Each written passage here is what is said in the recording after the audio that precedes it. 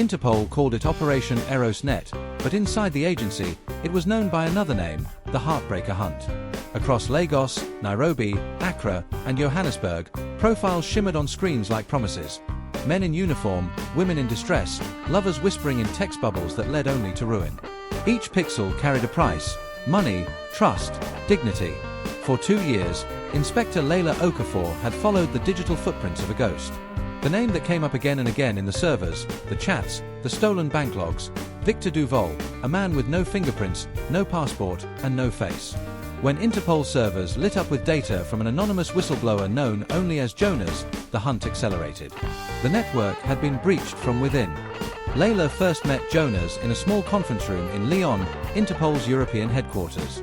He had the look of a man cornered by his own conscience, sweat glistening on his forehead, fingers twitching as though each tap of his hand might type another confession. "You were part of ErosNet," Leila said quietly. "Tell me why you came forward." Jonas stared at the floor. "Because I built the thing that broke people's hearts. And now it's breaking mine." ErosNet wasn't just another romance scam ring. It was an industrialized syndicate, a full-blown ecosystem. Professional writers crafted love scripts. Hackers intercepted chats. Account runners laundered funds through crypto mixers and shell NGOs. Every "I love you" was logged, encrypted, and monetized. Leila leaned back. Names, servers, money trails. Jonas exhaled. "You'll need help from someone who understands how they hide, Dr. Amora Bello. She used to trace my scams before she knew I was behind them." Dr. Amora Bello arrived in Lyon 2 days later. She was known in cyber circles as the firewall whisperer, the analyst who could map a syndicate's soul from packet data alone. Leila briefed her in the situation room, walls plastered with evidence photos and transaction maps. "They've moved at least 40 million euros this year. Mostly from widows, retirees, and overseas workers." Amora adjusted her glasses, scanning the screen. "Their routing is clever, layered through East African ISPs and crypto nodes in Mauritius. But see this? This timestamp mismatch, it's a server in Dakar." Jonas looked up. That's where Victor Duval logs in. For the first time in months, Leila felt a pulse of something she hadn't allowed herself to feel: hope. Operation ErosNet was no longer theoretical. They had a location. Dakar was humid, crowded, and alive, the kind of city where secrets could blend into noise. Leila and Amora set up a covert base in a hotel, pretending to be consultants from an NGO for digital literacy. Jonas, posing as a returning operative, re-entered the chat networks under Victor's orders. Every message he sent was logged through a secure Interpol mirror. At midnight, a new user entered the group, Eros King. The moment he typed, the room's tension doubled. Leila whispered, "That's him." Jonas' fingers hesitated. "If I play this wrong, he'll know." Amora nodded. "Then play it right." Jonas leaned in and replied, "Long time, boss. I'm ready for the new run." Seconds later, Eros King's avatar sent a reply, "Good.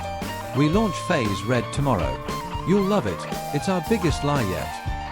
Phase Red turned out to be a scam targeting international aid workers, men and women already stationed in conflict zones, isolated, starved for connection. Amora decrypted intercepted files showing fake NGO profiles, bank accounts, and romantic personas modeled after real volunteers. Leila clenched her jaw. They're exploiting empathy itself. Interpol authorized a wider sweep. By dawn, operations in 6 countries went live. Arrest teams in Lagos, Accra, and Nairobi mobilized simultaneously. Jonas stayed behind in Dakar, feeding intel as the net tightened. He sent one last message to Eros King: "Money's in. But we've got eyes on us." Eros King's reply came instantly: "If they're close, burn it all." Servers started blinking offline one by one. Amora's hands flew across her keyboard. "He's wiping it."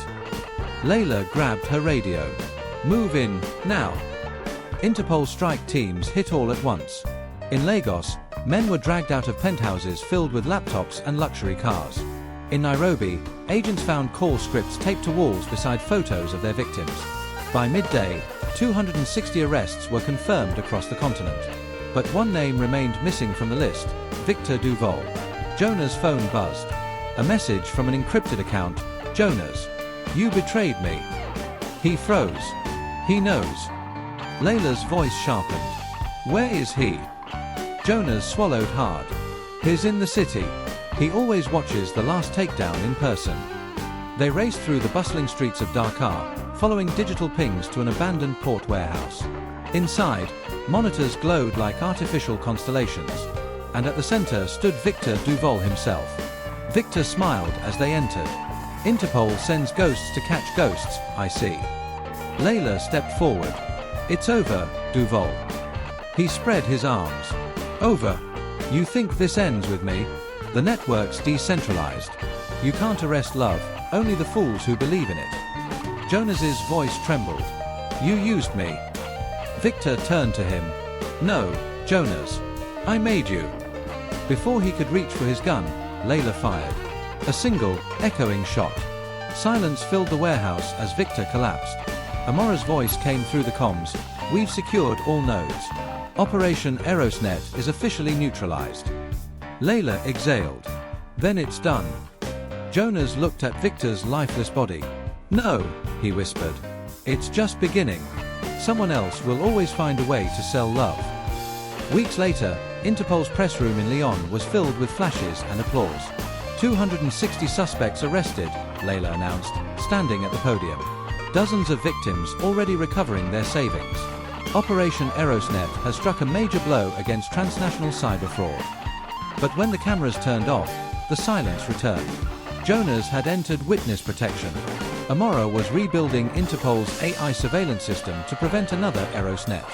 And Leila, she walked the corridors at night, knowing there were still millions of messages waiting in unseen inboxes. Because in the digital age, love was currency, and someone, somewhere, was always willing to counterfeit it.